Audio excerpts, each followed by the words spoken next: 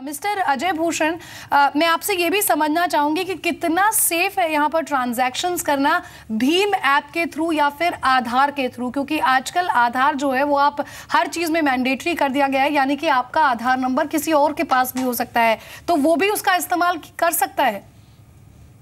देखिए, आधार काफी सुरक्षित है। ये हमने बार बार इस बात को हम ये कह रहे हैं कि आधार का प्रोग्राम हम लोगों ने करीब 6 साल पहले लॉन्च किया था और हम ये इस बात से सभी को आश्वस्त करना चाहेंगे कि आधार बिल्कुल ही सुरक्षित है। पिछले 6 साल में करीब 524 करोड़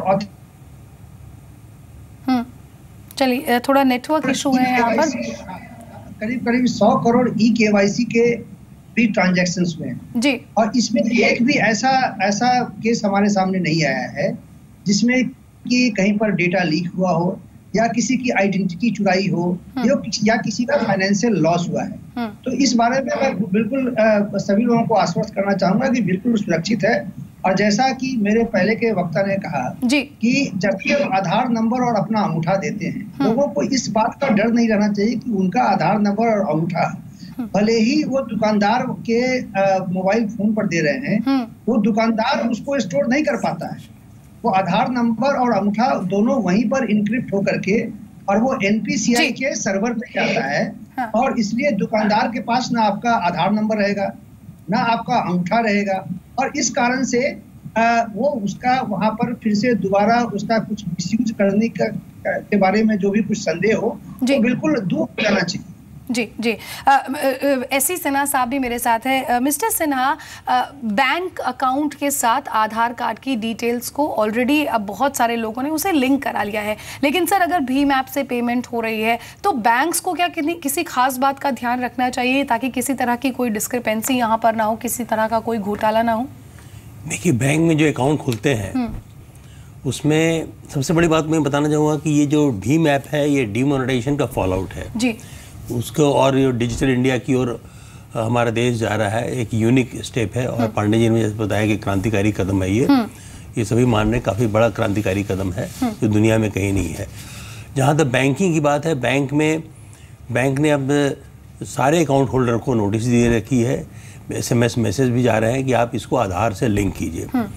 आधार नंबर जो यूनिक नंबर होगा, ये नंबर ऐसा नहीं है कि कोई भी दूसरा व्यक्ति उसको दिया सकेगा। और हर आधार नंबर और आधार जो पांडे जी इसके CEO हैं उसमें उनके फिंगरप्रिंट्स स्टोर्ड है और फिंगरप्रिंट एक ऐसा डॉक्यूमेंट है जो कॉपी नहीं किया सकता है। बिल्कुल। तो ये बैंक में जो आधार लिंक है और बैंक से जो पेमेंट जाएंगे फिंगरप्रिंट के माध्यम से, तो वो बिल्कुल ही सेफ रहेंगे और कहीं भी कोई इसमें गड़बड़ी होने की संभावना नहीं है। आज जो हमारे प्रधानमंत्री ने जो इसको लॉन्च किया है, इसमें एक नई फीचर लाई है कि मर्चेंट के पास जाकर के कोई जरूरी नहीं कि आपका मोबाइल हो या ना हो, या मोबाइल के साथ आपको जाना है दुकान पर। अभी तक जितने भी ऐप निकले हैं वहाँ पर आपको मोबाइल में वो ऐप डाउनलोडेड होनी चाहिए, तभी आप किसी को पेमेंट कर सकते हैं। ये आधार लिंक जो भीम ऐप है केवल मर्चेंट के पास डाउनलोडेड होना चाहिए और पास नहीं है तो हमारे पास अगर नहीं भी है मोबाइल तब भी हम उसको पेमेंट कर सकते हैं। ये बहुत ही बड़ा कदम है जो मेरे ख्याल से पूरे हिंदुस्तान के पूरी दुनिया में इसकी कॉपी होगी। बिल्कुल। Saket, you want to add something to it? और फिर मेरे सहयोगी समीर दीक्षित है, उनके पास जाएंगे।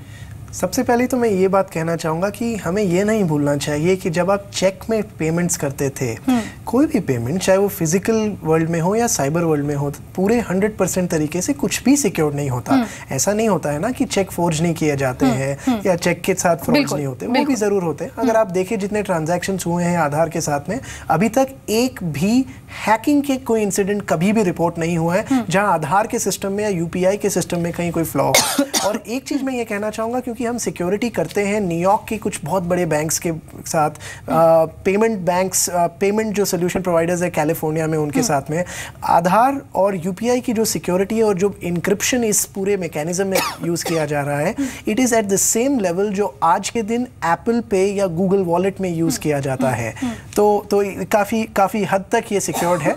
और इस तरीके से देखा जाए तो even Google is not secured, it has been hacked in the past, but definitely the best of the standards have been maintained in order to ensure the security. चलिए समीर मेरे साथ है। समीर, सरकार की कोशिश पूरी है यहाँ पर लोगों को एक तरह से लुभाने की भी कि आप भीम ऐप का इस्तेमाल कीजिए, 10 रुपए आपके अकाउंट में आएंगे। अगर कोई दुकानदार इसका इस्तेमाल करता है, डाउनलोड करता है, पेमेंट उससे लेता है तो 25 रुपए आपके अकाउंट में आएंगे। यानी कि फुल प्लानिंग के साथ सरकार तैयार है। भीम ऐप को लॉन्च करने के बाद एडवर्टाइजिंग खूब पहले कर चुकी है, लेकिन अब ये देखना है कि कितने लोग इसे अपनाते हैं। जाहिर बात है अनुया, आपके सवाल और तमाम विशेषज्ञ की जो आपने बात करी है वो हमने सुनी, लेकिन ग्राउंड रियलिटी क्या है? मैं एक शॉप पर मौजूद हूँ और यहाँ पर हमने जैसे डेमो में भी दिखाया था कि ये बायोमेट्रिक सिस्टम में आप अंगूठा लगा के अपना पेमेंट कर सकते हैं। मैं मर्चेंट से जानूंगा सर, कितने लोग आते हैं आप लोग के पास इस तरीके से पेमेंट करने के लिए और कितना आसान उन लोगों को लगता है? सर रोज़ाना तकरीबन 15 से 20 लोग आते हैं जो पेमेंट करना चाहते हैं, कैशलेस करना चाहते हैं। हाँ। तो आसान स्टेप है, सिर्फ बैंक का नाम चाहिए और आधार नंबर चाहिए। जिसके ज़्यादातर युवा होते हैं जिनको जानकारी वगैरह रहता है क्या?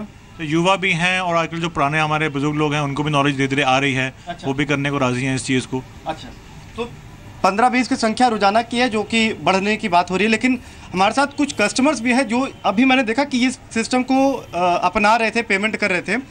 कितना आसान आपको लग रहा है आपको कि ये अंगूठे के जरिए आप जो पेमेंट करें, कितना आसान और क्या प्रॉब्लम्स आपको लगता है इनिशियली जो आपको नज़र आता है? अभी इनिशियल स्टेज में अभी तो कोई प्रॉब्लम नहीं है, लेकिन सबसे बढ़िया चीज़ इसमें ये है कि आप थंब लगाइए और अपना आधार कार्ड नंबर बस आपको याद होना चाहिए। रियल टाइम इसमें ट्रांजैक्शन हो रहा है, ये चीज़ सबसे बढ़िया है इसमें। आपको अपना आधार नंबर याद रहता है? बिल्कुल बिल्कुल बिल्कुल आपको याद रहता है? बिल्कुल याद रहता है। अब हम यूज टू हो गए इस चीज़ को करने के लिए। और रेगुलर बेसिस पे हम यहाँ आते जाते रिचार्ज वगैरह के लिए और टिकट वगैरह बुक कराना हुआ तो हम यूज टू हो चुके हैं। और आधार कार्ड नंबर एक ऐसी चीज़ है कि अब हर जगह यूज़ होने लगी है, तो हम लोग याद कर लिए हैं उसको। तो अब हमें टेंशन नहीं है। जैसे आज ही मेरे पास वॉलेट नहीं है, मुझे रिचार्ज कराना था तो मैंने इसको करा लिया क्योंकि मेरे पास मेरा आधार कार्ड नंबर मुझे याद था। अच्छा। और अपना मैंने थंब इंप्रेशन दिया और बैंक सेलेक्ट किया और अपनी पेमेंट बिल्कुल समीर, यही प्रॉब्लम है, बहुत सारे लोगों को आधार नंबर याद नहीं है, आधार कार्ड बन चुके हैं। मैं खुद की भी बात करूं तो शायद आधार कार्ड बनने के बाद तमाम जगहों पर जहां पर भी बैंक अकाउंट से लिंक करने की जरूरत थी वो करवा दिया है, लेकिन आज तक आधार नंबर शुरू किससे होता है शायद ये भी नहीं देखा। एंड आई एम श्योर बहुत सारे लोग ऐसे जिन्होंने किया भी होगा।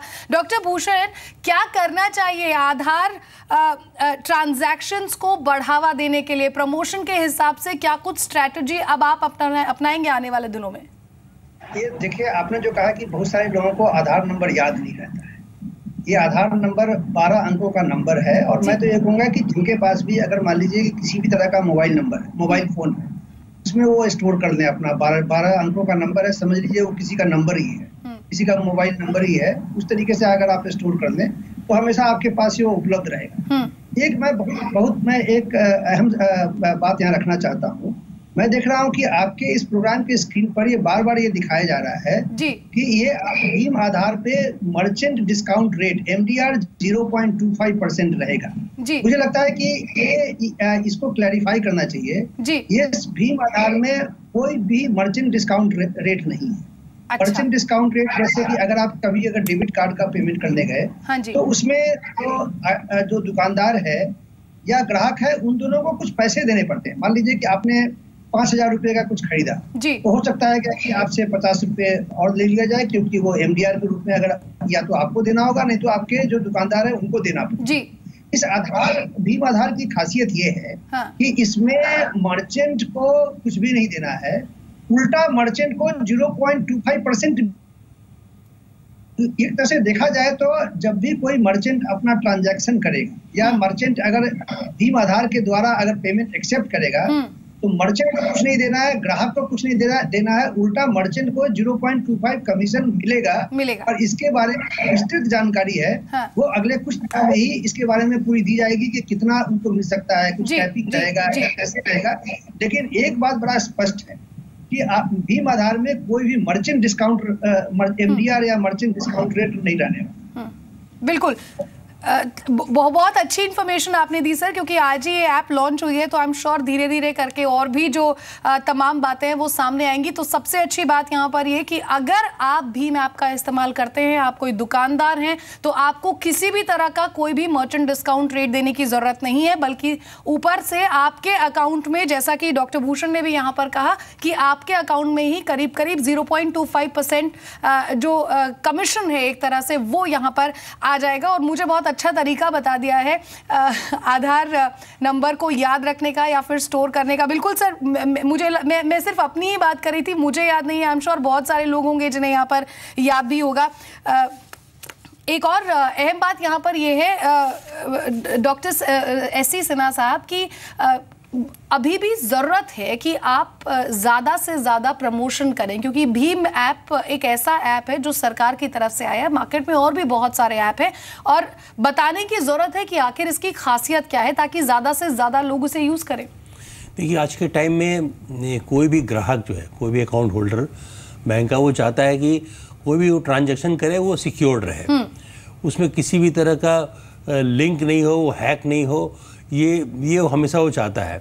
तो ये जो भीम ऐप में, जैसा पांडे जी ने बताया और हमारे साथी जो बैठे हैं उन्होंने भी बताया कि सब सिक्योरिटी एस्पेक्ट को इतना जबरदस्त रोबस्ट किया गया है कि ये दिक्कतें नहीं आनी चाहिए आगे। बिल्कुल बिल्कुल। और किसी तरह की कोई एक्स्ट्रा पेमेंट भी नहीं देनी है, जो कि हमेशा हर किसी की टेंशन रहती है। मैं पिछले भी संवाद में कहा था कि कोई अगर रिटर्न कंफर्मेशन की बात हो वो लाई जा सके तो पांडे साहब आप इसको एग्जामिन कर सकते हैं। बिल्कुल, डॉक्टर भूषण ने अभी बहुत क्लैरिटी के साथ हमें बता भी दिया है कि ना तो यहाँ पर पेमेंट करने वाले को किसी तरह का कोई एक्स्ट्रा चार्ज देना है या फिर पेमेंट रिसीव करने वाले को। Saket, you want to conclude?